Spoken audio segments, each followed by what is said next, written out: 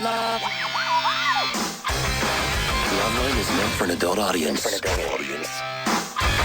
Loveline may contain sexually oriented content.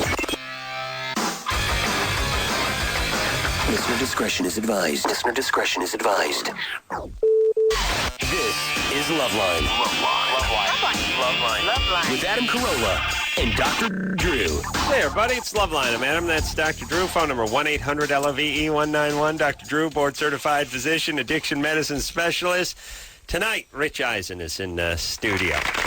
Thank you so much. Great to see you, Rich. I didn't know you had a studio audience here. That was impressive. Oh, yeah. Oh, we have a large peanut gallery here. Everyone enjoys the show except for the people who work on the show. They hate the show.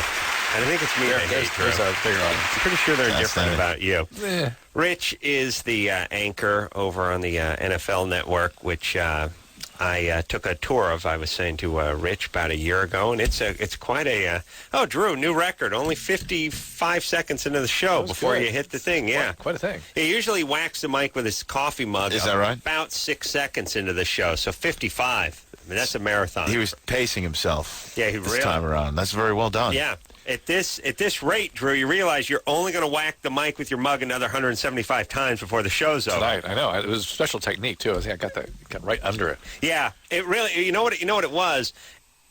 When you watch amateurs fight, you see a lot of hooks, a lot of overhand rights and stuff. But when you move up to the upper echelon of the pros, you see the uppercut. You know what I mean? You see the guy dig that uppercut in. James Toney? James Toney. They fought tonight. I TiVo'd it. I don't want to ruin it. Don't ruin it. Don't ruin it. I don't know. I know, but don't ruin it by pretend.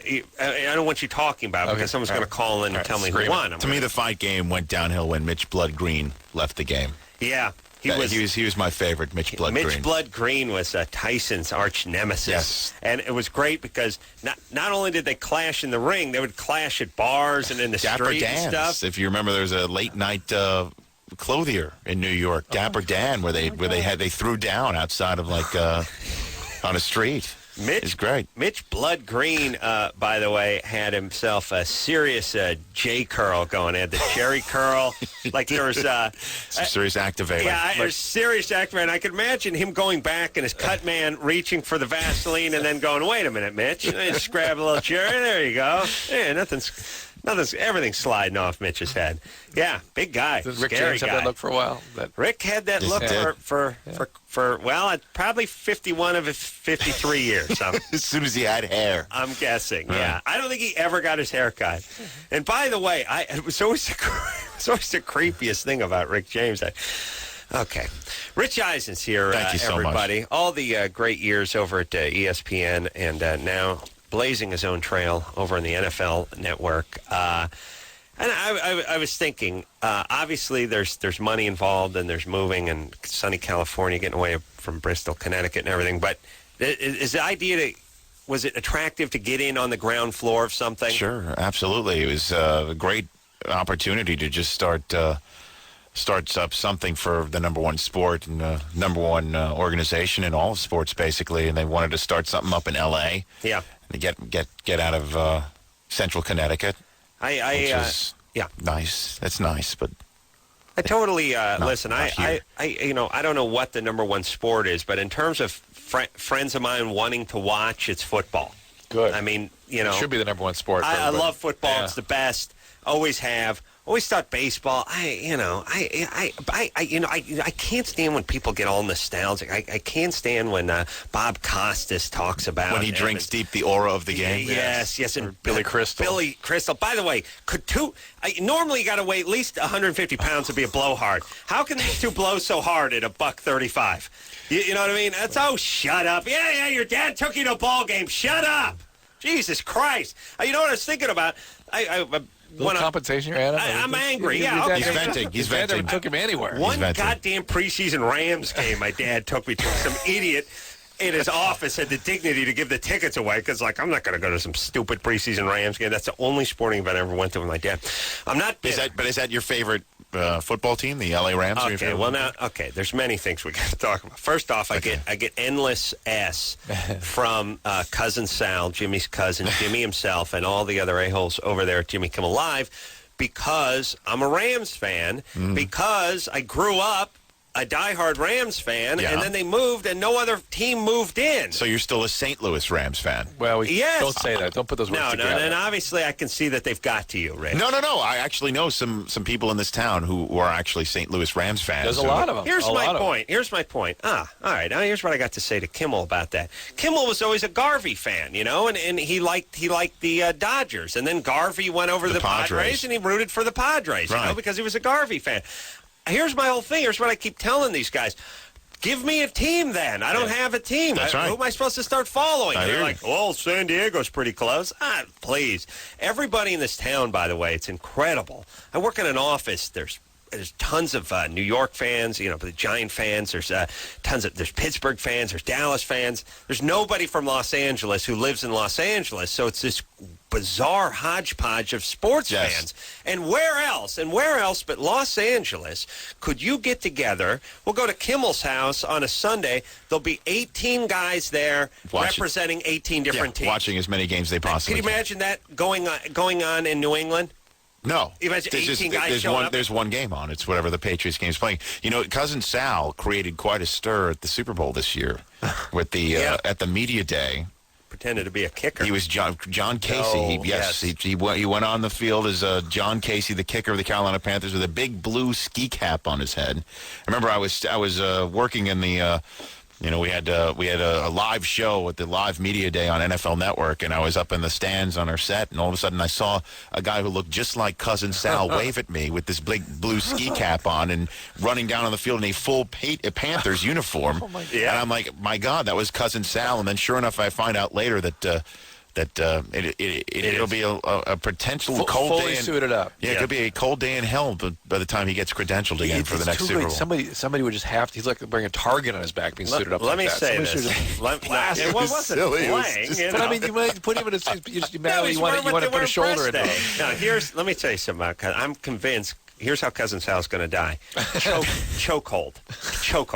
I'm not saying who's going to do it. I don't know if it's going to be security, Right. LAPD. I don't know if it's going to be Michael Jackson security. Somehow, chokehold is what's inevitably going to be his demise. Taser accident. Taser and chokehold. At the same time. I think that you've stumbled upon the combination of his death. Taser, chokehold. Yes. Yeah. Don't think he hasn't tasered people, by the way, with one that he bought off the internet. Nice. All right. So, NFL. Yeah.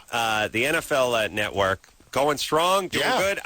Is it well, a couple of things I got to say. First off, on the satellite dish, I think it just says NFL. Yeah. Which makes you think, is this pay-per-view or something? It'll screw you up. But it'll screw you up. So what are you guys going to do about Channel 212. that? We're Channel 212 on the satellite, DirecTV. Channel 212. You get us. Is it part of the special package? You get it automatically.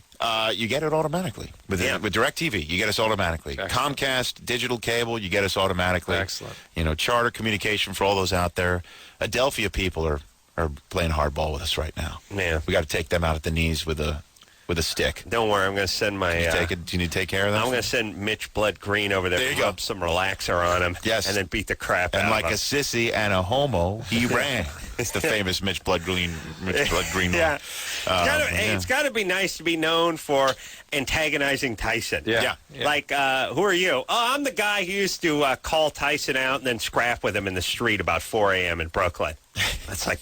for some reason, you got to be scarier than Tyson. Is he? Is he scary guy? Well, Tyson would beat him up. Yes, in the street. But he was still the guy who decided it was a good idea to get things going. One of the greatest rants is Mitch Blood Green going off on Tyson after Tyson slapped him down in the street. And his eyes are just all puffy because he's got the crap beaten out of him by Tyson. Is this guy institutionalized now? Or what? We don't know where he is right now. He's working with children. Of course. Phoenix. Yeah, I don't know. He's in the black hole in Raider Nation. I think Mitch Blood Green will be at that game Sunday night. Yeah, and they fought in the ring, and Mitch acquitted himself decently, but he didn't win the fight. No. I don't believe, but he actually did okay. He was a big guy. Fighter. Yeah, he's a fighter. Yeah. And a lover. And a lover, too. And a lover. Passionate man. Passionate man. Bringing it full circle here. All right. NFL Network 212, everybody. On your DirecTV dial, yes, Yeah, sir. ain't going to cost a cent. Just go ahead and punch that up and see Count me in. Rich Nice. and Company. I like the fact that you played Yeah. the old tapes, not just the old NFL tapes. Yeah, I mean, there's old games that you get on there, sure, and all the NFL God. films. I watched an entire half-hour show the other day on the butt slap. Oh, really? Yeah, and I just found myself sitting on the couch saying, my God, I've spent the last 30 minutes watching a show about men slapping other men on the ass. And No, nothing better than the old NFL Do you have any old stuff. Monday Night Football games you play? no, actually, Howard Cosell's, we're told his estate does not want something like that to happen. I don't know if that's the truth or not, but He's like, he's pissing people off from the grave. We You have a understand hankering that? to hear him narrate a halftime highlights reel. oh, my God. Oh. He's the greatest. Sir Francis of Target. he would always do this. He'd do first off he'd call the guy the speedster from Syracuse. They even didn't have a name. And then he'd do this one. So I always love when he go. They said he didn't have the speed to play in the NFL, but don't tell him that. As he hits the burst of speed in the hole right there. 86 yards, touchdown. No, nullified. Holding call. Back goes on the winner. It's like, huh? What? What happened? I thought they won. No, nullified. Holding call. Sir Francis of Tarkington throwing to Sammy White. Watch OJ narrations too. The old OJ This stuff. is ridiculous. It's a radio show. It ain't a 1 hour television spectacular. Genius. I'll tell you, those halftime highlights. And here's the thing. Now maybe this has to do with the Cosell estate. That you couldn't find it. I went to the Museum of Radio, History, Radio, and Tolerance. Actually, combine them all in New York. Yeah, That's fascinating. Go to a thing on the Holocaust. You go see reruns of what's happening up top. They combine. It's amazing. Manhattan is a small Rerunning Hitler town. all under one roof. All under it's one amazing. roof. It's amazing. They ought to really do that. Go ahead and put the Automotive Museum on there too. Why not? All right, the point is we went over there, and I was like, oh, this is great. First thing I got to see Chico and the Man, because yes. they never really got that into syndication. I got to see that. Number two, I got to see Monday Night Football. Monday Night Football with Howard Cosell. Where is it? And the guy's like, well, we don't have that. It's amazing. And I was like, you're the Museum of Television, Radio, and Tolerance. Where's Monday Night Football? Howard Cosell. I mean, that's the That was the first Rainbow Coalition. First shipment you guys should have got was that Monday should have Night. been on I the know. package. I don't know if I don't know have if it. I'm telling tales out of school or I think it has to do with that there's a lot of rights issues. A lot of it has to do with Cosell and. I don't believe that for a minute. Well, then they got to put it out there as a separate. Hold on, we've done this show for 9 years. We've never heard those. one Cosell drop. I understand. How I long love have you it. been sitting on those, buddy? Cosell never ever comes up, bro. And how many more are there? I don't know. I'm sifting through them right now. Unload the vault as far as I'm The concerned. arsenal, yeah. It's genius. Yeah, well, I would pay $50 to see There you go. one halftime of any random game. And here's the other thing. Any of them. Let me ask The you earlier this, ones. Rich. I don't know what the plans are for the network, but here's a plan of mine. Mm-hmm. I think, and I've talked about this with some of my retarded sports aficionado buddies, you could, as soon as football season ends, I'm jonesing badly for football, right? And I'm like an alcoholic. I don't need Dom Perignon. I just need a hit of a Sterno or something. I need something. I need lighter fluid, something to take the edge off. How about a 1999 Browns Bengals game or something like that? Yeah, that's what I'm do saying. that. We have 2 hour rears. Start showing. Yeah. Here's what I think. Here's what I always said. Why don't we see Monday Night Football starting at the first one they did it? Soon as this season All the way ends, like through. when they start, 1971 or whatever During it their is. 35th year now, yeah. Oh my God, yeah. Okay, 1970, 1969. All right, boom. The season ends. The Pats win the Super Bowl. I'm angry, and pow! It's 1969, and Danny Dunn and Howard Alex Cosell Harris. and Alex Harris, and boom, we just start whatever that game is, and I guarantee. You'll carry all Nobody the knows. way. Nobody knows who won any of those games by now. The first season, by the way, Keith Jackson was the play-by-play was guy. he? Keith Jackson, yeah, and then Frank Gifford replaced him. Yeah, if I'm You want to seeing go real old school right there. if I'm seeing the Rams play the 49ers in 1976, I have no idea who won this ball game. It's great. You know, and I watch the whole game. Be Just transfixed. like, what's Sure. the difference? And I'm just hearing the old names. I'd love to see the commercials that were in there. Crappy Dodge cars at Aspen. Schaefer beer. Yeah, Schaefer beer. Yeah, I mean, it'd be Incredible. awesome. The crappy stereo equipment and All stuff. the advertisements for the various shows. Yeah, what about that? What now? I know Monday Night Football's ABC, but is it NFL too? The Do they NFL own it? obviously has a say in a lot of this stuff, but then there's also rights and players, and there's a lot of issues that we're slowly working on. But right now, we've got in the off season 2-hour game re-airs of CBS and Fox games of the last 5-6 years. Oh, good. Peyton good. Manning, Steve Young battle back in '99 that we showed the other day. It was great. I have no idea who wins that game. I could gamble on those games easily because I have no idea. Right. I really would know. And if someone, Drew, you would be a guy who would gamble with me because you're not only a passionate man, but you have your dignity. You wouldn't know. You wouldn't check the internet. No. We just Yeah, it'd be great. In fact, go over a lot on of business there. Yeah. There you go. All right. And by the way, we need some of that stuff freed up. I'll talk to Mitch Blood Green. Yes, please do. And talk to Cosell's family, will you? Mitch Blood Green would be a great attorney. Mitch Blood Green. Beating the crap out of you with an attaché case. All right. Let's talk to Christina, who's 16. Christina? Yes. Oh, boy. I can tell you've been riveted by all this NFL talk, yes? Yes. Yeah. Do you know who Howard Cosell is, Christina? No, sir. Damn it, I have no more time. All right. Okay. Yeah, why would you know who he is? Go ahead. Okay, I was Drew, wondering... how old do you feel right now? How old I was thinking, us. I was just thinking like the how crib angry I keeper. am. Yeah. Yeah. All right, go ahead. Okay. I was wondering if, masturbating by, water pressure or whatever you want to say, does it, can it hurt me No. in any it's way? good. That's all fine. Yeah. You should enjoy. Yeah. What you don't want to use is glass beads or acorn shell, walnut shells, like the sandblaster. Right. You don't want to use that. But water's You can use good. water. Water's fine. Water's fine. But, whenever I orgasm, it, hurts. Hurts when you urinate or something? No. No, Drew. Whenever I orgasm, it's just, it hurts to go, I have to stop. With the water? Yeah, It just gets too sensitive, that's all. You just got to back off. That's fine. That's all right. Oh, it's all normal? Normal, yeah. Yeah, it's all normal.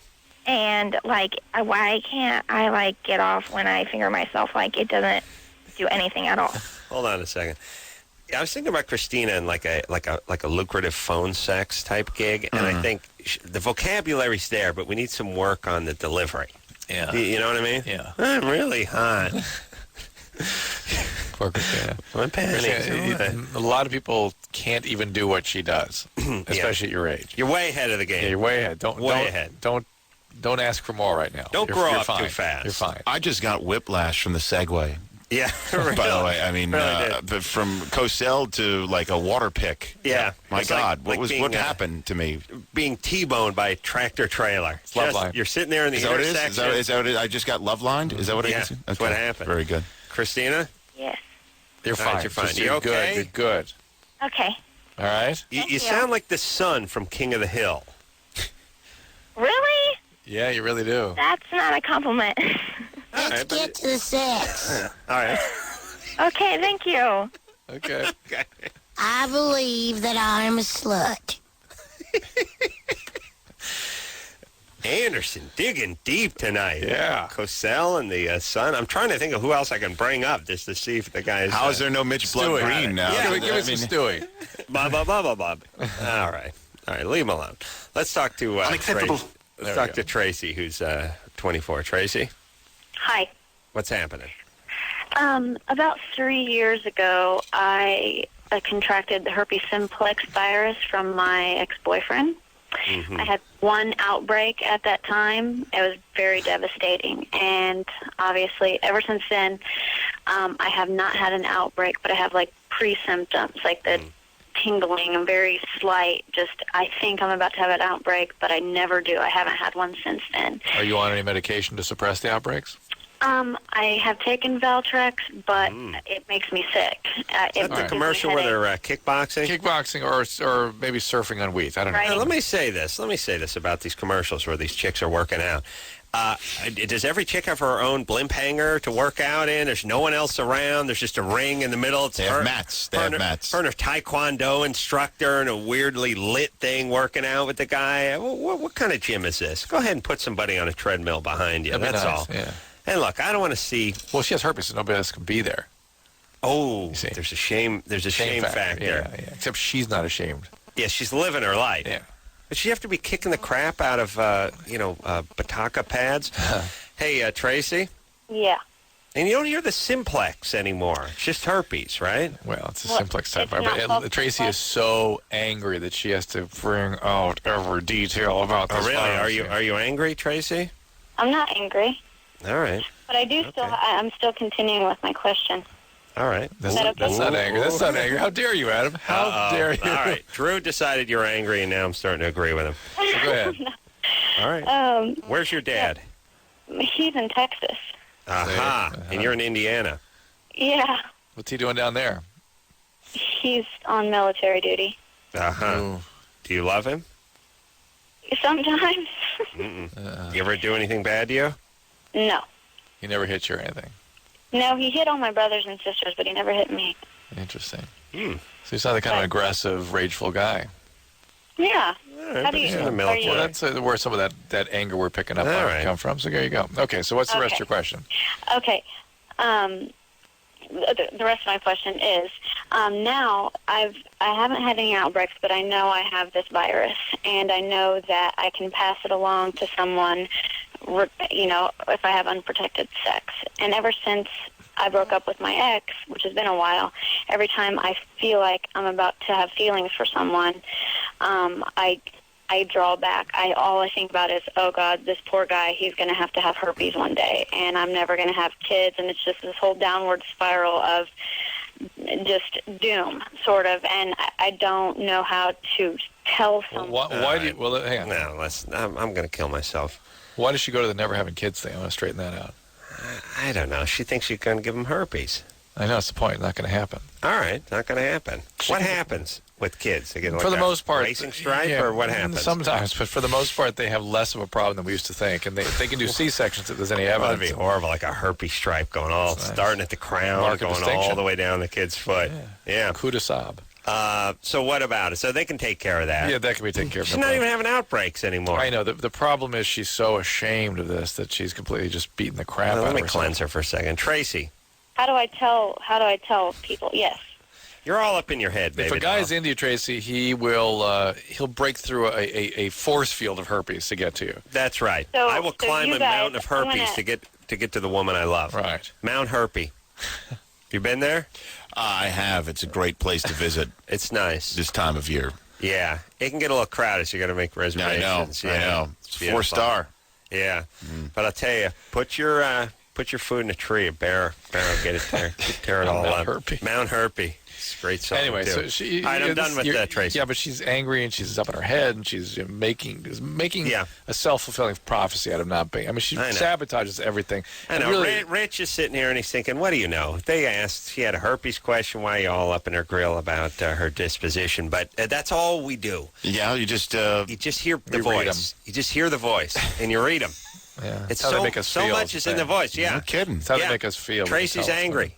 And she is a sort of flair for the retarded and dramatic, too. She'll Yeah, never the negative. love again. And never Negativity. gonna have kids. And, yeah. They got medications. Take that. You do a little kickboxing in the The medication can blimp-sized decrease the risk dojo. of transmission. If Yeah. a guy is into you, he will continue doesn't on. care. He won't care. Fine. You put on a condom and put you on Valtrex, that'll be that. Or something else, Overax or... It's not always in a hangar either. It's sometimes out in a field. Yeah, well, Mario, that's, like a Wheat. very Wheat large seems field. to be the field, when they're doing stuff in the field, that's more the Allergy. allergy stuff. Like, look at this guy's windsurfing in a field. They should just really say what the stuff's for, because I feel bad that I can't get in on it. Like, I'm disappointed when I don't have whatever it's for at the end. It's like, oh, okay. Oh, yeah, good luck. Good luck snowboarding in a wheat field. You don't have seasonal allergies. Sorry, you don't have immunoblastic lymphoma. We can arrange piss something for now. that, Can I too. get that, Drew? Yeah. Can you infect me somehow? Nothing? No. Nothing I can get. All right. Rich Eisen is here, everybody, from the NFL Network. Total Access is the name of his show, 8 p.m. Here in Los Angeles. 212. Channel 212. 212 is where you will find it. And it's right in there. It's right nestled in amongst ESPN and what the hell else. I mean, it's right there. Well, it used to be like in the old, like, DirecTV, this is what's on pay-per-view, so a lot of people don't have it programmed into their remote control, so they just go from, like, the last ESPN channel or whatever, or the next thing is. But we're there. We've been there since November, and but Comcast is they're the daddy. They put us on digital cable. It's an interesting thing, and I know we got to go to break, Anderson, but I just want to say real fast. You get the TV now. The TV has 785 channels. 3/4 of them are just Mexican soaps. And so the old lady's got to go through the thing and start zapping all the whatever. Otherwise, you'll just be scrolling through, you'll be watching donkeys humping from Argentina. There's 700 channels of that. They go, but she doesn't know any better, so she puts the kibosh on the NFL channel because she thinks it's a pay-per-view. And then you blissfully go in there and just start scrolling, and you miss it. It's an outrage. Don't let that happen to you. That happened to me. Don't let it happen to outrage. you. I'm back now, though, Rich. Thank you. We'll take a quick break. We'll be right back. Hey, everybody. It's Loveline. I'm Adam. That's Dr. Drew. Phone number 1-800-LOVE-191. Sunday, Korn in here, then Interpol, then Seth MacFarlane from the Family Guy. And we're having the band Boston in here. Wow. Yeah. We used to play a lot of air guitar to them back in the day. And, if our listeners don't know who Howard Cosell is, wait till they get a load of Boston. Oh boy, it's gonna be a throwback show on a week from now, I think, when they're in here. And Rich Eisen, they may be dead in a week, Drew. They may not make it that long. A lot of those guys are clinging to life. I know. I'm gonna kiss some Boston ass. Are you? Oh yeah. When their first album came out, I was 12 or 13 or something. That was the greatest album I ever heard in my life. Yeah. I listened to it 1,000 times. Yeah. Well, your week starts with Korn and ends with Boston. You're running the gamut there. Really? Korn and Interpol. Yes, that's the spectrum. It really is the spectrum. God bless this show, too, by the way, because you have Rich Eisen on here talking sports, then you go to Korn, then you got Seth MacFarlane, you got IndyCar drivers, Lawson. Cake's coming on. Where the hell's it all end, Drew? Where does it end, I tell you? Cake gonna be in here. Yeah, good band. All right, so Rich, of course, 7 illustrious years on SportsCenter, and now on the NFL Network. 212, everybody, right in the mix. I think ESPN has like a 208 and a 209 or something like that. They're right around there. Right in there. We're in the mix. You know what's a little confusing is the Fox Sports West all the way up into the 700s. Banished. They've been banished. They've been kicked out of the sports corral. Yeah, they got shoved in with the pay-per-view and the porn, and they're back. Thank God they're close to Playboy because I'm always hovering. Right. You know what I mean? I'm always within striking distance of a channel near Playboy.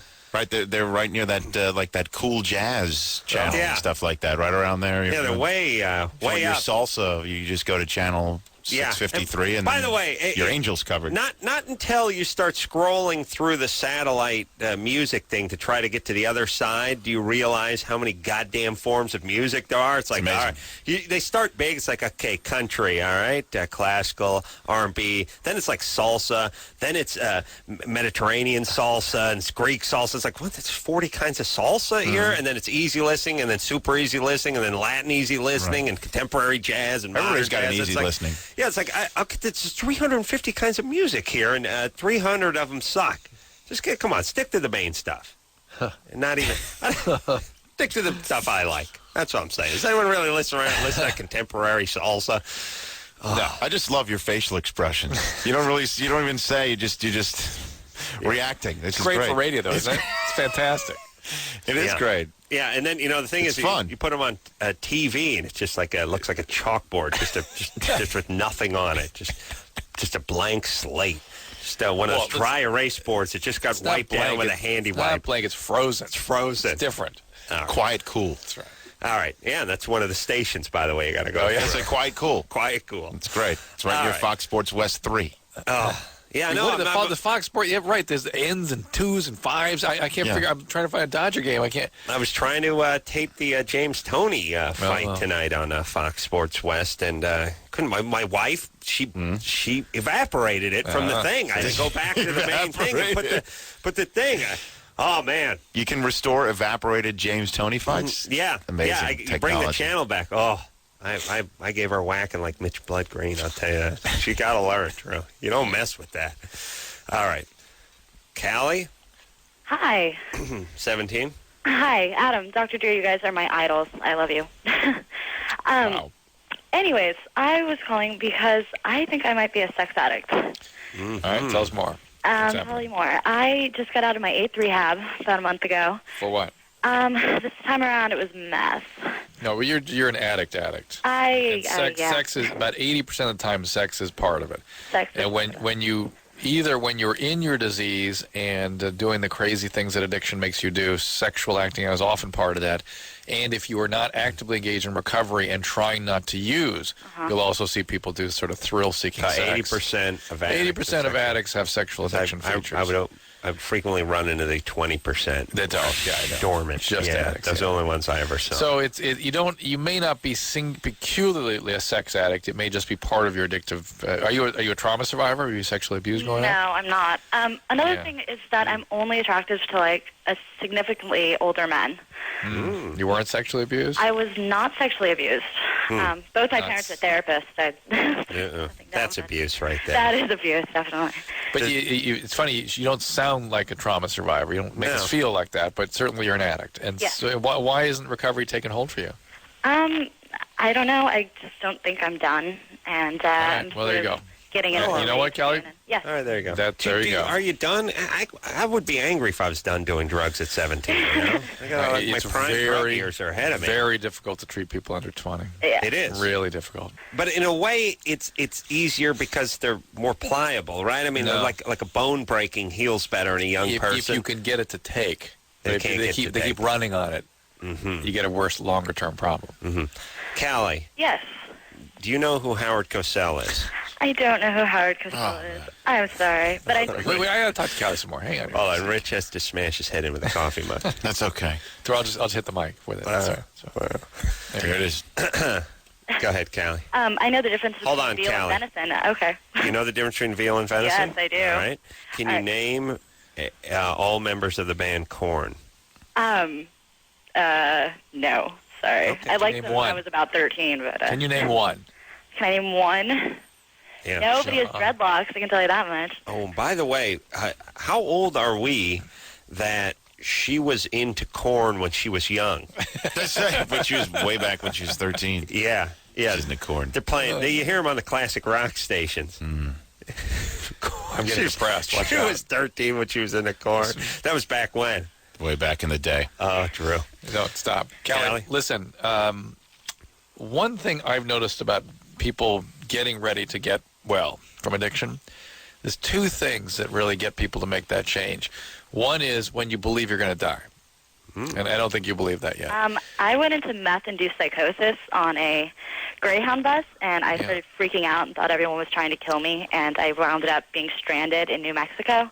I understand you've had some heavy things happen, but if you're not ready, if you're not done doing drugs, you don't believe they're going to kill you yet. Yeah. See, the thing is, I thought that was like my final bottom, and I don't know how much lower I can go. Well, I've seen some pretty low bottoms. Bristol. The other thing is the other way, get Rich's old apartment out in Bristol. That's lower. That's low. The other way I see people want to get well sometimes is when they disgust themselves. Oh, really? They just feel. And what happens? The real trick is how do you get to the point where you can actually look at yourself realistically? I do that when I masturbate, but then I'm over it the next day. And I'm right back on the train. Yeah. Actually, I'm always disgusted. Like, oh, please, that never again, never. You're a mess. Declare it. Have some dignity, man. Oh, look at with the hamper. Let's stay in the hamper. That's where you belong. But the next day, hey, what do we got? Yeah. But I'll tell you, Kelly, the way you can get to the point where I've interviewed a lot of people with to get to that moment of clarity, and it seems to me one of the things, the common features of people that have those moment of clarities is a new kind of a relationship. Not the sexual acting out, not the guys, just somebody interesting that's not the kind of person you would normally hang around with, but who can actually appreciate you. Just hang out with that person. You know who that man is? Yeah. See, Mitch Blood Green. I have like I'm all gonna my mention him all friends night. are really decent people, and I kind of wonder why they hang out with me. Who? Who is this? Like all my friends, like they're pretty much. They're all still in school. Like. Well, they're not the right people yet. All right, here's the thing. You're 17. Once in a while, these chicks, they're 17, they're too smart. They're too smart really for smart. their own good. Yeah, you could Yeah, feel she's that. She smart. didn't sound 17 to me. No. Here's the whole thing, and we were talking about this last break.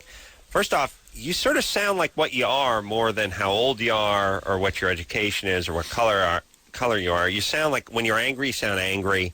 Racist sound like racist. You know, stupid sounds stupid.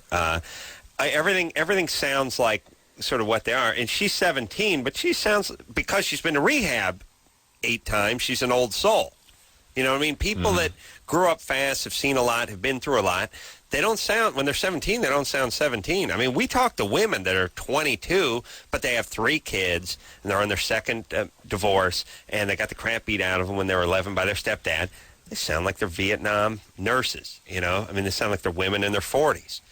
Yes, Drew? Yes, Adam. Absolutely. Right, Drew making the face, Absolutely. everybody. Well, I wanted to impress Rich. Yeah, Rich. It's great radio. I'm very impressed. All right. So, Callie needs to slow it up. I don't know what to do. You know, maybe try a sponsor. Try again. Maybe if you get in, just do the steps. Put your butt in a seat. As they say, take the cotton out of your ears and put it in your mouth. Oh, really? Is that what they say? Yeah. And sit with a sponsor and see if you can get somewhere to where you can really see what you're doing to yourself. Is there anything worse than the blowhard, motivational drug Take speech the cotton guy? out of your ears and put it in your mouth. It's very homespun. And then there's people, I will promise you this. That guy, the super blowhard guy. I hate that guy. You will be in a place one day when you're ready to hear these words, but and when you get to and when you're in that cell and you're alone, oh, you'll find Jesus in there. Super blowhard drug guy. And then he has to keep working and see. Don't think I know? I used to consume 1 kilo of methamphetamine every morning on my cereal. Okay? Do you understand? You understand? I was an entrepreneur. I was a businessman. I was successful. I had a loving wife. Had 3 beautiful daughters.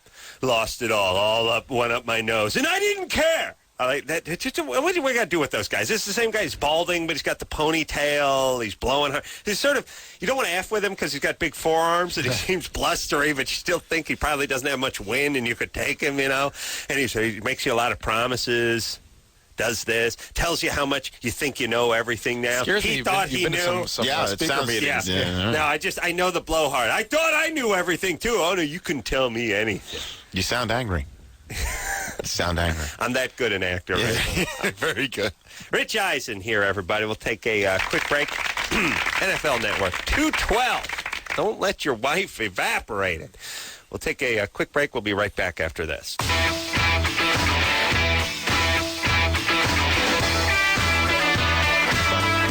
Hey, everybody. Loveline. I'm Adam. That's Dr. Drew. Phone number, 1-800-LOVE-191. Yeah, Rich Eisen here tonight from the NFL Network, a pioneer, left ESPN. Literally a pioneer. Blazing my trail. Blazing his trail. Came over here with a covered wagon. Heading west, yes. I did. And how was it your decision received over there at ESPN? Were they PO'd? Co-workers angry? No, my co-workers were not angry. They weren't? No one was. No. But my invitation to return for the 25th anniversary somehow got lost in the mail. Oh. Yeah. How's that for a little fodder for you? Yeah, that's something we didn't know. I don't understand after 7 years of loyal service. That's right. Damn it! I got to do that to you. No, there's some great people over there. Yeah. I keep in touch with a lot of them. And they vent, they bitch, they complain.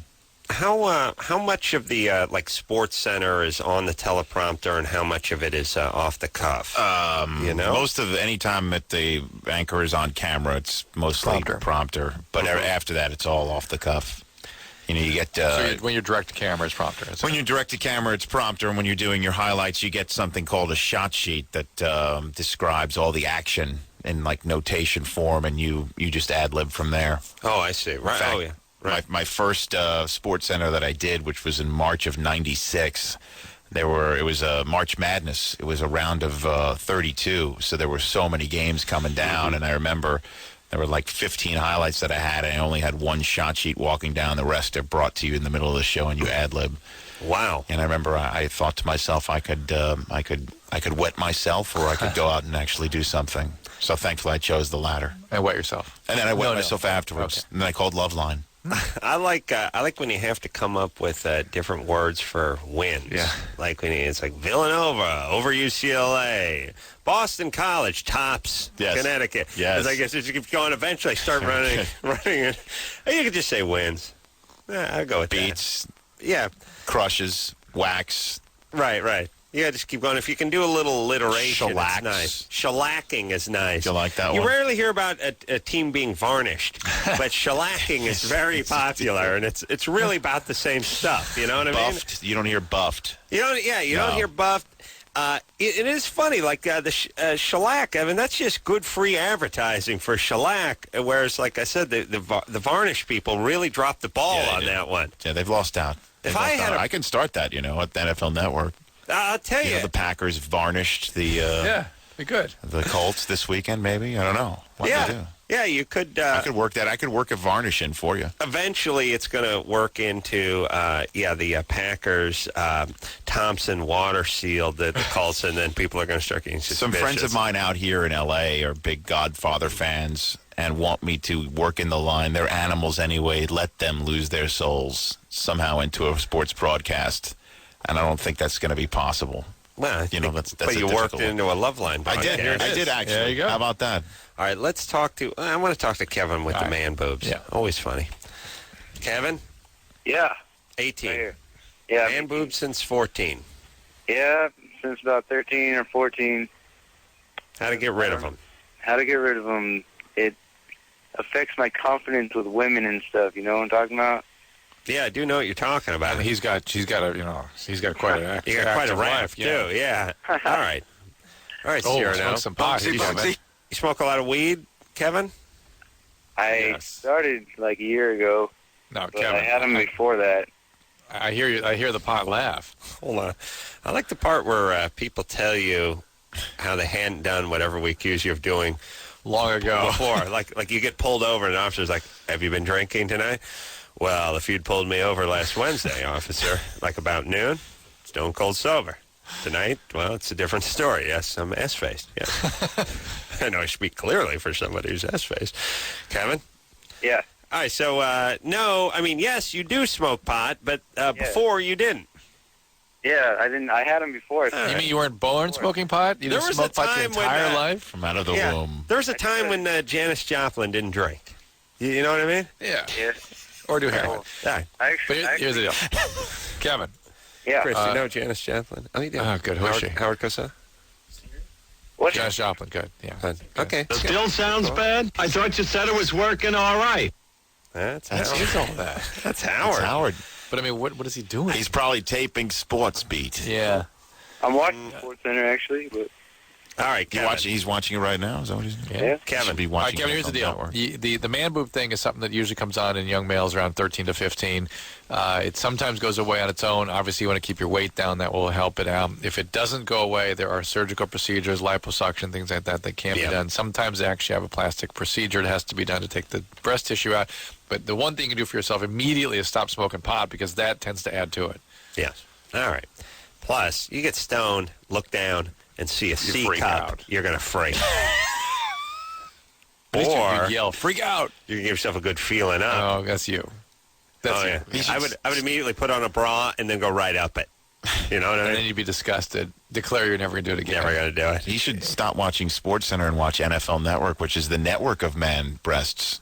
And these linemen are. Oh, yeah. Have you seen these offensive linemen? 400 pounds these days. That's the home of man breasts. NFL yeah, it really is a mark of masculinity now. It's your headquarters. If you're over man 300 boobs. pounds. If you're over 300 So what pounds. if he's grossly overweight? Engineer Anderson is going to win what do they have for a radio? Like a Peabody? Nothing. No? But he'll win it. A Marconi. Oh, Marconi's going to billboard. I mean, this is ridiculous. It's a radio show. Yes, he's going to get a Marconi. Catherine? Yes. You're 21? Yes. You want to sell one of your eggs? Maybe. All right. What's the question? Yeah, that was it. Basically, I've seen like advertisements for egg donors needed, and they pay pretty good sum, and it sounds nice, but I'm not sure about it because it seems like it could. Well, I might see if I can put a number, a ballpark number on your egg. For the donation. For the donation, where you donate it, and you get $5,000. And it'd be nice if everything worked that way. I'd like to donate some time again. Yeah, I donate an old broken down car to the Jewish League, and I get $5,000. Yeah. Great. Yeah. All right, Catherine, let's see. So you're not donating your egg, you're selling your egg. Yeah, well, yes, that's what they call it. Okay. How tall are you? 5'1". 5'1". Uh-oh. All right, I'm going to start at $5,000. We'll move it around. We're down to $3,300, by the way. Level of education? I'm in college. Junior college? Yeah. Oh. All right, now we're at minus $26. If you gave him an egg, you'd have to give him an egg and $20. You actually owe money. I think you're 5'1", you're going to junior college. This is going to only get worse. All right, we got to finish this assessment. All right, Rich Eisen's here. Yeah. Hold on, we got to take a break. Yeah. We'll be back. We'll try to get a dollar amount for Catherine's egg after this. Hey, everybody, it's Loveline. I'm Adam. That's Dr. Drew. Phone number 1-800-LOVE-191. Rich Eisen in studio tonight. Thank you. Korn going to be in here on Sunday night. So, running the gamut here. Korn not been in the studio for a while. Long while. So it'll be good to see those guys. All right, so when we last... Oh, by the way, Rich, NFL Network. Channel 212, on your everybody. DirecTV dial, yeah. Yeah, and it's really... And I don't know how it works, but when the... And you guys haven't really been around long enough, I guess, to know all this. But I would imagine there's a lot of people, football is it's heroin to a lot of people, whereas everything else, the hockey, the baseball, even the basketball, it becomes sort of, people have a passing interest in it. But when football season starts up, it's visceral. Right, it's like it's on, and people start getting, 2 weeks before the first kickoff, people start getting anxious, start talking about what they're going to be doing and stuff like that. You don't see that with baseball or football. Let me say something about baseball. While you're on the subject. Yeah, while I'm on the subject, while I bring it up, people give me crap because, I watch the series and everything, but I'm just not a day in, day out guy because they play 160-something games. I was about to say that's a problem if you're not a day in, day out sports fan, because if that's the case, then baseball's every 2 seconds. Somebody was, it was like last week, and I was doing Best Damn Sports, or maybe it was this week, and then they were like, "Oh, you're still bagging on baseball?" Look, I said, "Look. You know how many games there is as many games left in Major League Baseball right now as there is in the entire football season. One of them started a year ago, and the other one started last week, and they got the same number, like 14 games left or whatever. Really? You guys can't fit you can't settle it in 100 games? The other thing you've missed since you've been playing football is when I was coaching my kids' football thing, you get out there, you get out in the field, the smell of the grass and stuff, and the air and the wind, it's, oh my God, it's transporting. What sort of coach are you? My kids were on a little junior All-American football team a couple years ago, and I assisted. Your assistant? I mean, were you a defensive coordinator? Or no, I wouldn't call it play. I was just sort of giving them fundamentals, tackling and blocking, that kind of stuff. Tell them to wrap up, square up. Mm-hmm. That's nice. Break it down. Break it down, boys. Yeah, no, break it down. Not break it. Not grab a knee. Break it down. Break it down. The linebackers you got to break it down. You know what I mean? Got to just break it down. Yeah, but they're so eager to learn. And blocking is a big mystery for little kids. Oh yeah. Well, blocking's no fun, by the way. Getting the last thing you learn. Out of their stance into just. And blocking is basically football equivalent to bunting. It's like try and teach a class on football, by the way, which I did once. It was really difficult to it was a learning annex class in New York where I decided to just screw it. Let's get it for beginners. And you had a whole group of people, like football widows, who wanted to know what their husbands were doing. Really knew nothing. Or immigrants.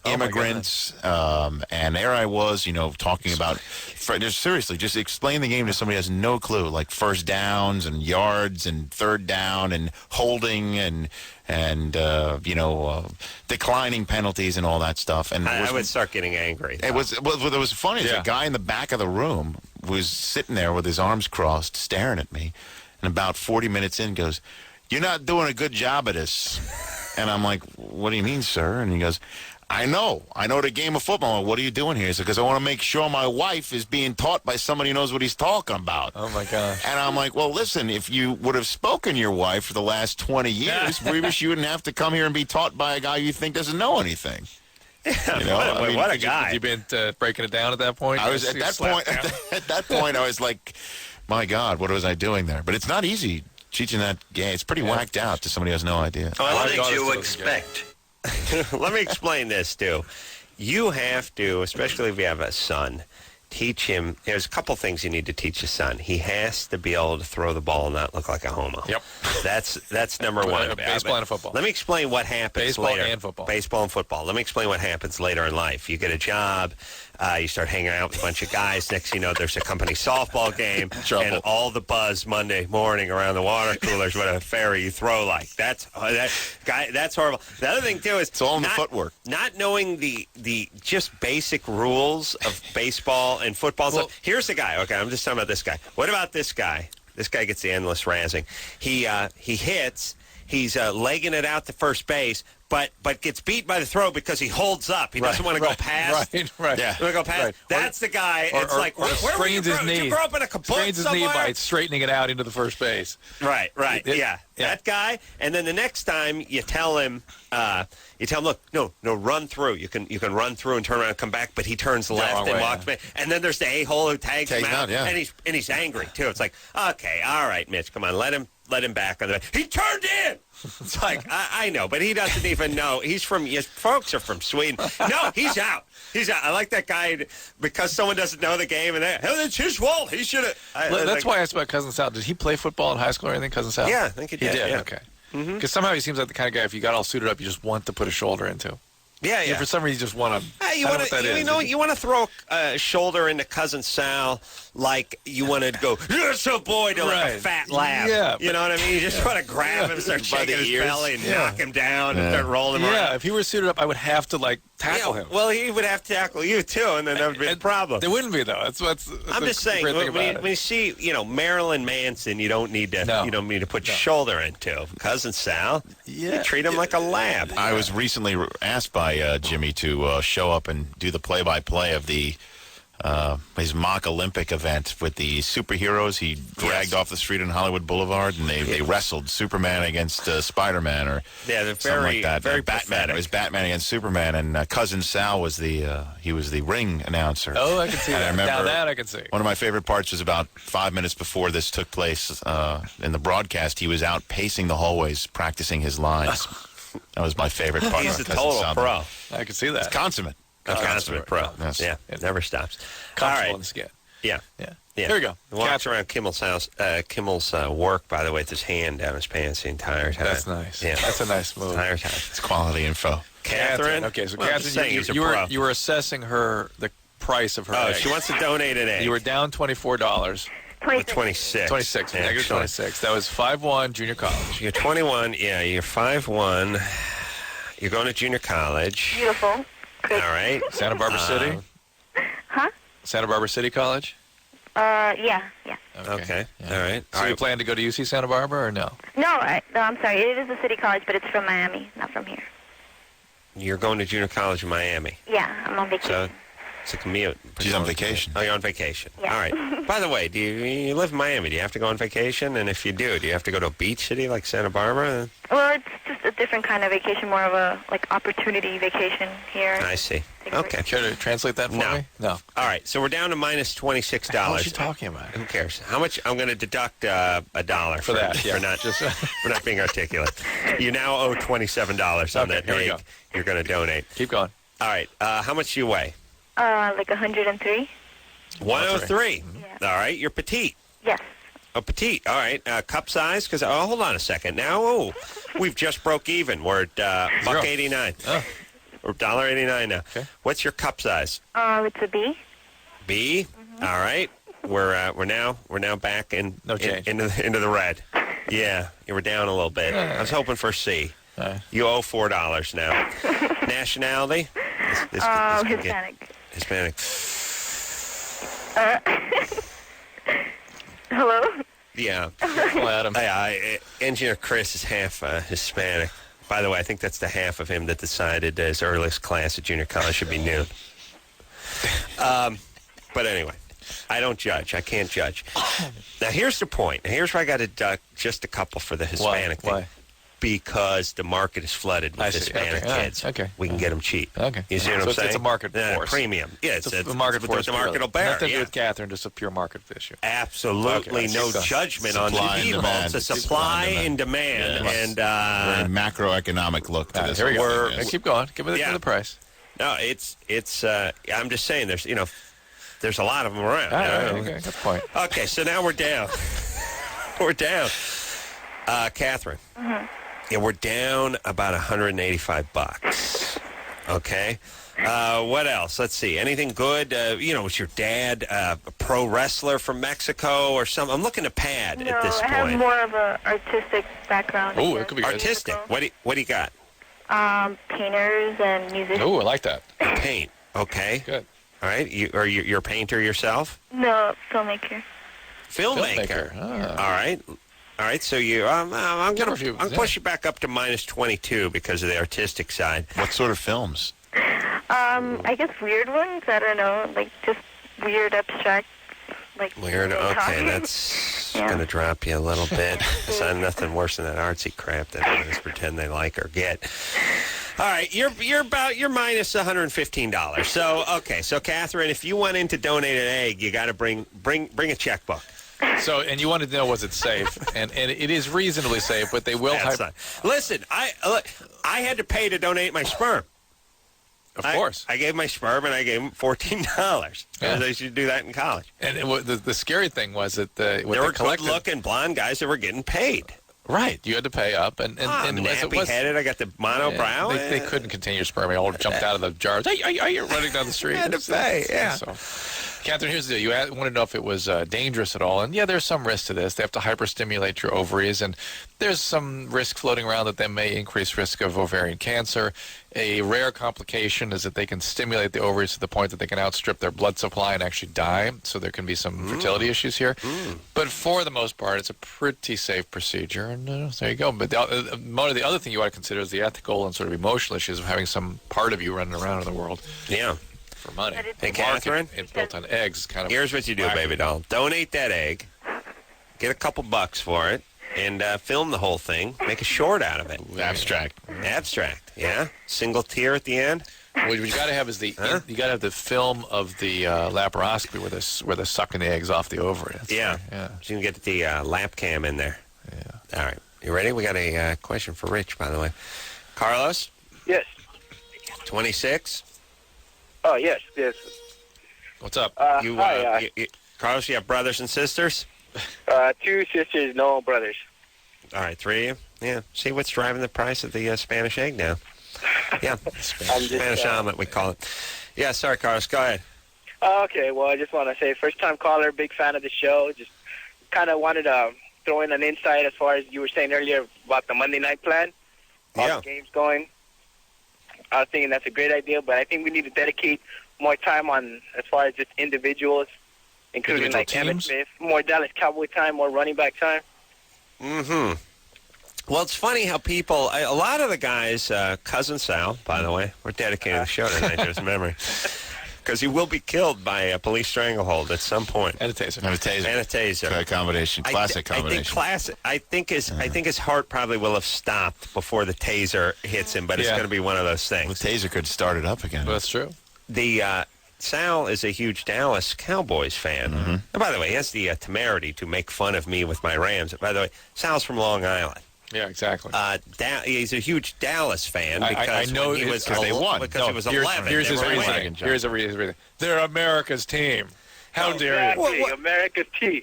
What happened was, and maybe happened to Carlos too, is there's this impressionable age here. Window. There's a window. The window is 7 to 11. And listen, when I was that age, that's where you got to pick your team. That's right. And then it was the Steelers, and the Cowboys, and the Rams. Right. That's right. So which is your team? Steelers. All of them. Which is your team? Steelers. Really? Steelers? Such a puss. Because just during that time. It's so easy just to pick a team from some random place across the country because they're winning. My ideal Super Bowl was the Rams-Steelers Super Bowl. Well, that happened. 79 was Yeah. Well, okay, here's the point. And it was in the Rose Bowl. I lived in Pasadena at the time. And I was on an airplane during the thing. Are you serious? Yes. How so? I was going back to college. All right, did you have to go back to college on Super Bowl Sunday? Is that your vacation from Miami to Santa Barbara? That famous college vacation? No, I went to college in Massachusetts, and I came out here for Christmas vacation or something. You call yourself a man? Actually, Drew doesn't call himself a man. No, he minces a dare. chick. But you got on a plane on Super Bowl Sunday? How crazy is that? Yeah, no. We need to talk. This isn't over. We're going to discuss this after the show. Yeah. All right. The point is Carlos is a big Cowboys fan because when he was 7, they were winning, and now he got all into them, and I probably one of the guys who would make fun of me for continuing to be a Rams fan, even though they've left, even though he's never been in the state of Texas. Yes. What's happening, Carlos? You ever been to Texas? I went once. My dad took me to a ball game in '92. 92. And that's where he became the fan. And that was their Super Bowl season. Ago. That was it. Texas. It was before they won the Super Bowl, though. They were just a good team back then. It was the Super Bowl season, right? Yeah. You and you've lived in Los Angeles your whole life? Yes, I grew up in L.A. All right.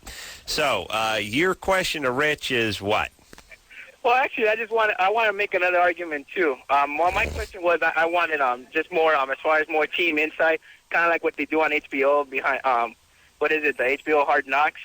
Oh, we had something called Inside Training Camp with the Jacksonville Jaguars. 5 weeks of behind the scenes. That's awesome. Well, yeah, Jacksonville. I mean, then. All right. Wow, it's turned into sports talk. Yeah. He was a first-time listener, long-time, whatever. I know, idiot. No, I know he's a Dallas fan. He went to L.A. Those are the first-time cowboy crazy callers, long-time Remember that movie, listeners. The Paper Lion?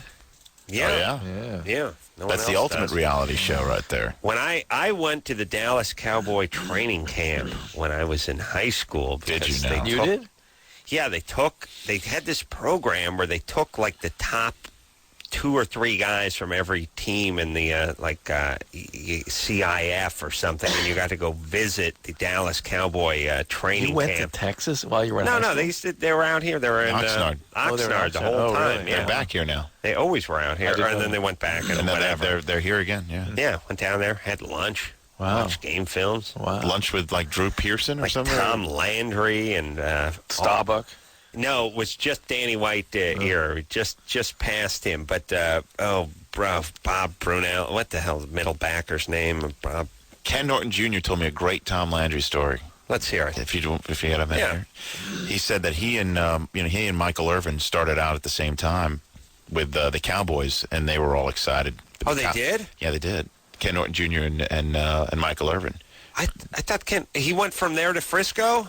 I thought he went from Frisco to there. No, he was drafted by Dallas. And then went for I would have thought that Irvin was there 5 years ago. No, they came in together, and this was Landry's last year, and the Cowboys were terrible. And it was the first preseason game, first time they ever put on the new uniform, put on the star. Yeah. They were all excited. Wow. They just looked at each other and said, "Can you believe this is it?" I mean, Dallas Cowboys, the NFL, we're here, finally here. Tom Landry comes in with the hat, gets ready to give the whole speech, and they're thinking, what is this guy going to say? And he just looks at him and says, "Hey, guys, don't F it up." Really? That's it? That was his speech before that. Wow. Like, what was that? Landry. Yeah. Oh, yeah. I guess so. Ken Norton started there, Junior, and then went over to Frisco. God, I can't believe those guys entered the league at the same time. It's Irving seemed like a seasoned vet, a year or two into his career, and Ken Norton seemed like not a bad draft class. Not a bad class. No. Yeah. And by the way, Ken Norton Jr., how much credit did you get? Do you see what his dad looks like with his shirt off? Son of Mandingo. Yeah. I'm going to kick my dad right in the nuts. Yeah. I've seen you with a shirt off, too. Yeah, you should. Yeah. I should give him a nice swift kick. If he had nuts, I'd give him a boot right in it. How dare you, Drew? How dare you? Marlon? Yeah. Have you seen my shirt on? No. Still here. Yeah, you're You 28. keep talking about your nipples all the time. What? Wow, they're sensitive. Go ahead, Marlon. Yes, I have a question. I don't know if it's a problem of low self-esteem or if I've just been permanently ruined. I am a gay male, 28, and for 11... You're gay. Yeah, Keep going. For the record, we can throw footballs and baseballs just like everyone else. Yeah. Yeah. But then we find out what you are. Come on. Yeah, and we lose our salary. Yeah. You're gay. Yes, I am a gay male, and for 11 years, I was in love with a person who I can't say was gay, didn't show any signs of being gay, anything like that. However, did everything for this person. Apartment, paid his child support. Wait. You can't say that you lived with him, but you can't say that he was gay? I didn't say I lived with him. Oh, no. This started in high school. And paid for his apartment. He was his apartment just as of 3 years ago. In Texas, no doubt. Yeah. Yes. I'm totally confused. As was Hold on a second. Oh, it's not all that confusing. Like a boy toy. A boy toy that he didn't have sex with, who he didn't think was gay, who he kept in an apartment in Texas. Yeah. For 11 years. For 11 years? That was Ken Norton Jr. That man. I mean, you understand why I'm confused? Yeah, but, I think that a fair amount of this stuff goes on, which is there are guys who, they're not gay. I'm talking about the guy who was kept, but they don't got a whole lot of pride, and they got less money. And they get kept by men but don't sleep with them? Yeah, you give a little reach around every once in a while around rent time. You know how the game's played, Drew. Look, hey, Rich, I'm not going to kid you. I had to do what I had to do. Listen. You know what I'm saying? If a man's got a felch, he's got a felch. I hear you. Please work that in instead of shellac. Yeah, please. No problem. Felch. I'm T-balling every 212. And the Niners felched the Raiders by 6. How's awesome. that? Is that awesome. good? No, awesome. I didn't keep him for 11 years. It was just actually for the past 7, but I met him 11 years ago. So when I moved to Texas and paid for everything, I mean, the whole I love yous on the phone, hang out. No, there was no physical contact whatsoever. Why not? I have no idea. Gave the impression that he was gay, but then he wasn't. His ex-girlfriend. Well, look, he didn't want to work. He wanted you to pay the bills. Oh, yeah, he worked. Oh, yeah, he made decent money. But his ex-girlfriend will come over, but, he... Whoa. Why are you paying for the apartment if he's making decent money? He needed help. Okay, so, why does he need help? Okay. He didn't manage money as well as I do. Okay. Is he a drug addict? What is he? Yeah. He is Irish. That explains it. Alcoholic. What does that have to do with it? And yes, had a drinking problem. What problems? He had a drinking problem. Not all right. Not to all right. So after 8 years of no physical contact, didn't you just write this one off? Well, that's my whole point. Now that we don't talk as of the past 2 years, no matter who I meet, no matter who I see, I don't date now because of this person. You're gay. No, Marlon, you skipped right over Adam's question. Ask it again. I'm too tired. Your question, Adam. Listen, Marlon, I'm done with the gay questions. Here's the whole thing. It's not because of this guy. There's something that made you a candidate to be in a crazy relationship, unrequited love relationship for 11 years. That's why you're having difficulty now. Not because this guy ruined you. Okay. You were screwed up enough to engage in this sham of a relationship for 11 years. You were screwed up to start with. Yeah, to think that was a relationship where basically somebody was just exploiting you and keeping you sort of strangely on the line, but also quite at a distance. Yeah. Right. That's not a really... There's one thing if it were 3 months, it would have been weird enough, but 8 years. Well, and let me explain something about the gay libido. They can't go 10 minutes without putting it somewhere. That's not true. Gay is not about everybody. Well, they're men. It's man on man.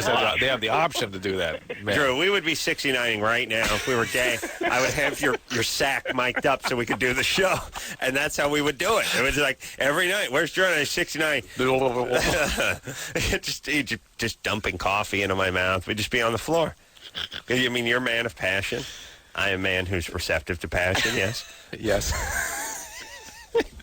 No, that's why there's so much gay love. It's you got two guys in charge of deciding when we should get it on. Answer now. It's true. Rich, come on, buddy. No, you and Chris doing your thing over in the corner. Yeah, I mean, me and Drew over here. He's having trouble with it. Whack my mug on a different mic. That's right. Okay. Marlon. Yes. Okay, so look, something's going on with you in intimacy. Okay. And that's self-esteem. I consider myself an attractive gay male, but it's look, the self-esteem thing is ancillary. It's a function of you having difficulty with your sense of yourself. You're probably a trauma survivor, I bet. And you got that stuff a needs little some work. therapy. A little therapy. And most gay males are attractive. You got to be. Ask with trauma. Trauma, yes or no? All right. Marlon? No trauma. No trauma. No trauma. No drama, no trauma, no. Really? You were never hit growing up? No. I had a black mother from the South. Of course we were spanked. Okay, well, that's trauma, A. And where was your dad? My father was never around. Okay, and that's trauma. And so you got a mom whacking you with a slipper and a dad who's absent. That's going to help. These are traumas. All right. And then did anybody in the neighborhood do anything to you when you were like 10, 11 years old or 12? No, of course I was bullied. Every gay kid was. No, I don't mean bullied. I mean, did somebody get sexually involved with you when you were young? No, I didn't. Early teens? No. Actually, all right. How old were you when you lost your virginity? I was 18 and it was to a girl. Ooh, that's interesting. Yeah. All right. Well, she's got egg on her face. All right, Marlon. A little therapy, buddy. You're a good guy. Yeah, it's about the relationships with you. Why be in these relationships? Yeah, it's not about your esteem. It's not. I mean, that's all there, but it's about your capacity to be intimate is what's impaired here. 11 years. Yeah, that's right.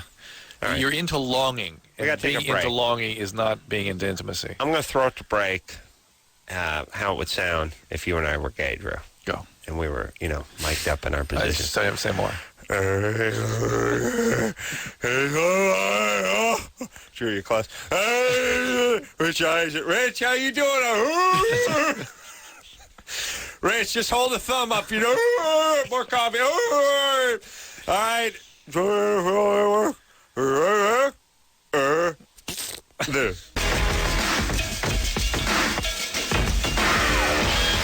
Hey, everybody, it's Loveline. I'm Adam. That's Dr. Drew. Phone number 1-800-LVE-191. Rich Eisen is here tonight from the NFL Network. Thank you. Channel 212, everybody. Yeah. All right. How much copy does... Yes? No, just... I like the Channel 212 everybody thing. That made me laugh right there. Oh, really? It did, yeah. It was really good. In fact, he was kind of warm feeling over. Thank God there's a reason I came in here tonight. No. Yeah. Otherwise, no, I'm beat the crap out of his agents. I'm enjoying this thoroughly. How much of the copy?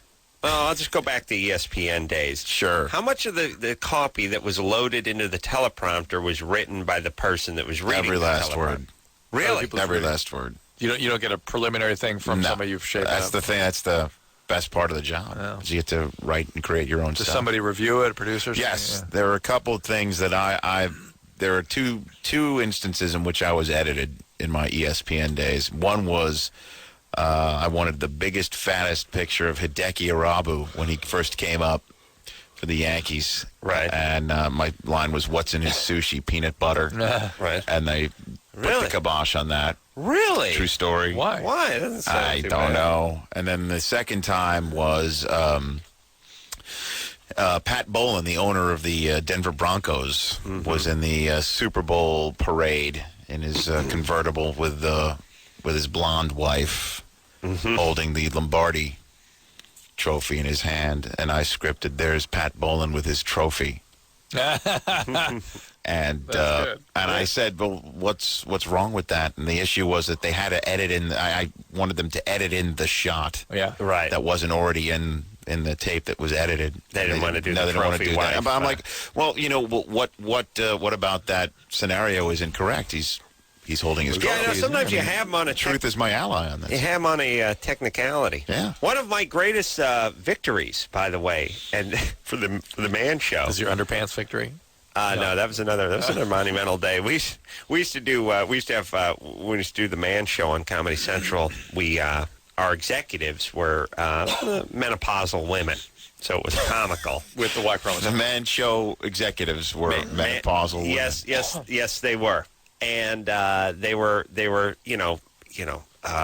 liberal, 40 or 50-something-year-old, very educated women. Not exactly your target audience. Not exactly the target audience. So when we wanted to do the parodies of the douche commercials about the stink down there, they objected vehemently. But one time we got in an argument with them about a racial joke, and it was like two Ukrainian women are standing at the produce thing, and then one picks up a potato and says, "This reminds me of my husband." And we went, and they said, "Well, now that's offensive because you're making fun of, I don't know, Ukrainian people or something." Whatever it was. I don't even remember the nationality. We went back and forth and back and forth and back and forth. And eventually I beat them on a technicality because I said, Debbie, I said, "What's your nationality?" She's like, "I'm Irish." "Oh, what about your husband?" "He's Italian." I said, "Okay, my mother's English. My dad's Italian." I said, "Jimmy, everybody's parents were different." So I said, the two Ukrainian women are talking about their husbands. We don't know that their husbands are Ukrainian. They may be a different nationality, just like everyone else. Thus, the joke about the schlong that smells like dirty like a potato or whatever it was doesn't work. It's not making fun of any ethnic group, since we never know what ethnicity their parents are, their husbands are, just because they're Ukrainian. And they, you know what, like in classic retard form, they're like, "Well, you got us." Slipped that one past the goalie. Yep, and big victory. Didn't get a laugh.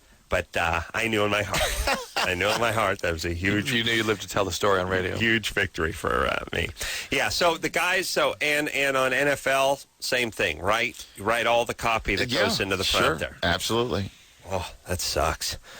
You got to get some monkey writing that stuff for you. No, I'm loving it, actually. It's really? Great. Well, you wouldn't want anybody writing your stuff for you, would you? I would like to. In theory, I would. But you wouldn't allow it. Then you read it, and it's like... you got to be kidding me. You're right, exactly. Yeah. Eric? Maybe just for a break, I should write your stuff, and you could write my stuff. That'd be great. Fill Rich in on what we're about to do here. We're doing something called Germany or Florida. This is a game that is sweeping the nation, which is all the macabre and morose and bizarre stories from the world. Anything that's weird either emanates from Germany or Florida. Yeah. No, I'm not talking about... guy got drunk and shot his wife. I'm talking about cut his own toes off and fried it up in the pan and then ate it. That's Germany or Florida. He tells the story. We decide. Is it Germany or Florida? Okay. Eric? Hello? Go ahead, Eric. This is Derek. Derek. Okay. All right. Beg your pardon. Go ahead, Derek. Okay. A 26-year-old man put an entire bottle of laxative in his boss's coffee, which ended up sending his boss to the hospital. I'm going to jump in. I'm going Florida. This is Florida. Yeah. I can name that in... Yeah, Florida. It feels Florida to me. I hear you. Just doesn't feel German. Derek, we're going Florida. Already? Yeah. That's no fun. We're going Florida. It's fun if we're right. Is it Florida? Well, no. Do you It's want me to not? keep going, or you want to take another guess? Well, no, keep going. Keep going. Let's hear why. I mean, if he works like Lederhosen in or something, I'm going to kill myself. Keep going. So the boss goes to the hospital, finds out who the employee was that did it, presses charges against him, and the man is convicted and is now serving 2 years for assault. That's Florida. We're still in Florida. Eric. Still sticking with Florida? Yeah. Still sticking with Florida. All right. Well, okay. I may have misunderstood the game because was it Germany or Florida? No, because it was actually in Mobile, Alabama. They have to fire our screeners. Oh my God! Well, it's close to Florida. It's right. It's right next to Florida. Whatever hurricane hits Florida hits Mobile. Yeah. All right, so then can we change the name of the show from Germany or Florida to Mobile? Or Germany how about Germany or close proximity to Florida? Germany or states that abut Florida. Germany or southeast. Yeah. How difficult is it to misunderstand the game Germany or Florida? Oh my God! Well, in some states, it's Germany or Florida or Alabama. Oh my God! Derek was functionally retarded. I'm convinced. God. We have the world's dumbest scholars. That was his alter ego, Eric, actually. Right? He told Brian Florida. He told him Florida? Yeah. All right. So that means you guys were right. Yeah. Except he said Mobile, Alabama. Now, you wonder, let me say this. Derek seemed stymied and somewhat upset that we got the answer. It's sort of like when someone's telling a joke and you go, I've heard it. He seemed a little mad. Maybe he was going to try to throw a wrench in it by telling us. I think he shoved a little twig in our spokes there. I got a story for you, actually. Let's hear it. Let me play this for you. We're supposed to pick Germany or Florida. Correct. Right? Okay. This did not. I will tell you right off the bat. This did not happen in Alabama. All right, good. That's the one hint I'll give you. All right.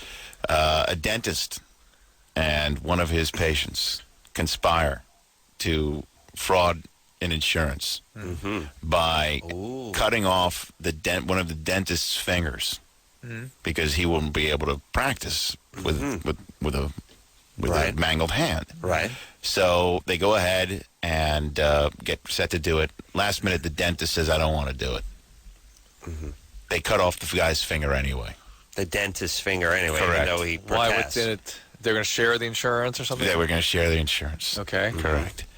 And so what ends up happening was the dentist at this point then goes to the authorities, rats on the guy who cut off his finger anyway, and asked for his finger back.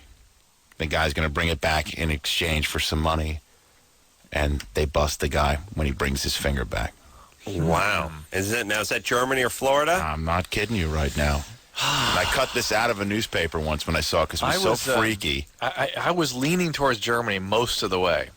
Until dentist, finger cutting. But then when the deal soured, Florida. Then I'm thinking Florida. Yeah, that's exactly what happened to me. Going Florida. You'd be correct. Yeah. Wow. I believe that happened in Jacksonville, Florida. Give us a hand. Thank you. Huh? I come correct, and I come prepared. Yeah. Not many people show up with a Germany or Florida in their hip pocket to a radio show. But Rich Eisen. You know, they say Rich Eisen, he is rangy. He's the leather man, the Swiss Army knife of gas. This guy, what do you need, a toothpick or a corkscrew? It's in Rich. I got you. I got you covered. All right, let's take one more call. See if we can wash the stink of that Germany Florida debacle off us.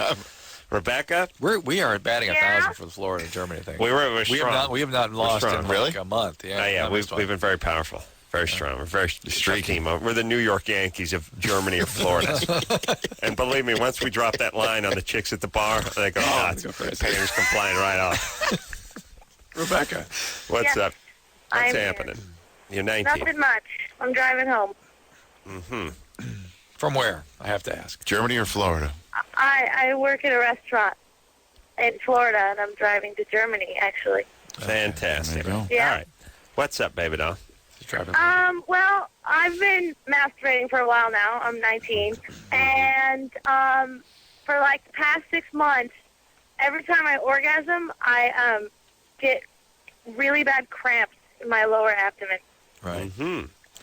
Okay, a couple questions. Are you on any medication? No.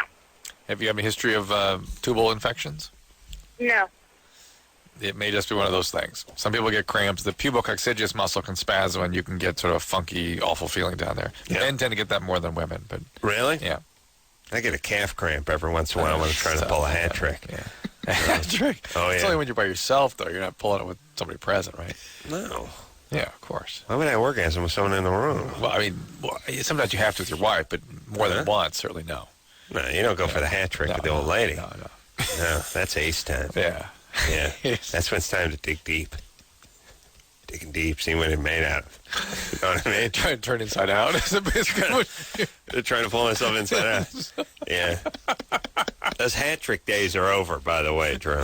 Oh, by the way. That's in the rear view. Yeah, no kidding. No. I make the proclamation I'm going for the hat trick, but then it's just the half. You're making Rich uncomfortable. You're making our guest really uncomfortable. Not at all. If he had a tie, he'd be like... No, not at all. I'm not uncomfortable at all. Good. Speaking of uncomfortable in a tie, I don't know why this reminded me of it. Not funny, sad, but ironic. I heard a couple of days ago that Rodney Dangerfield was in a coma, right? Yeah. And then I've been seeing the promo where he's guest starring on Still Standing. And I thought... that's ironic. That's it's a fitting term, too, huh? Yeah. He's still standing. Now, he was in bad shape when we saw him like 6 years ago. I mean, he's in a coma now. That is a bad sign. Well, hey, how you doing? They say like a light coma or something. Is it? Yeah, well, and like an easy listening coma or anything? No. There's no lies. Cool jazz. What do you do if someone's in a coma? Yeah. Well, it means all system failing at that age. There's no quiet storm. There's also alcohol withdrawal related stuff that people get into. Please, Drew, how dare you? We'll take a Rich Eisen. When someone's in a coma, they say go talk to them and stuff. Is that? Let me tell you how that would work for me. Like if my loved one was in a coma. How would that work? I would sit down and be like, "Hey, Dad, I'm here. Dad, hey, Dad. Hey, okay, I'm gonna get something to eat. Anyone want anything? I'm out of here. Come on, I'm not gonna read him. I'm not gonna read him a book. He's in a coma. If anything, he gets the Sharpie Senior Wences mustache. First thing he gets. All right, because that's time to go nuts with the Sharpie. Okay. It's all right. It's all right. We'll take a quick break. Rich Eisen here. NFL Network. 212, everybody, on your dish. We'll take a quick break. We'll be right back.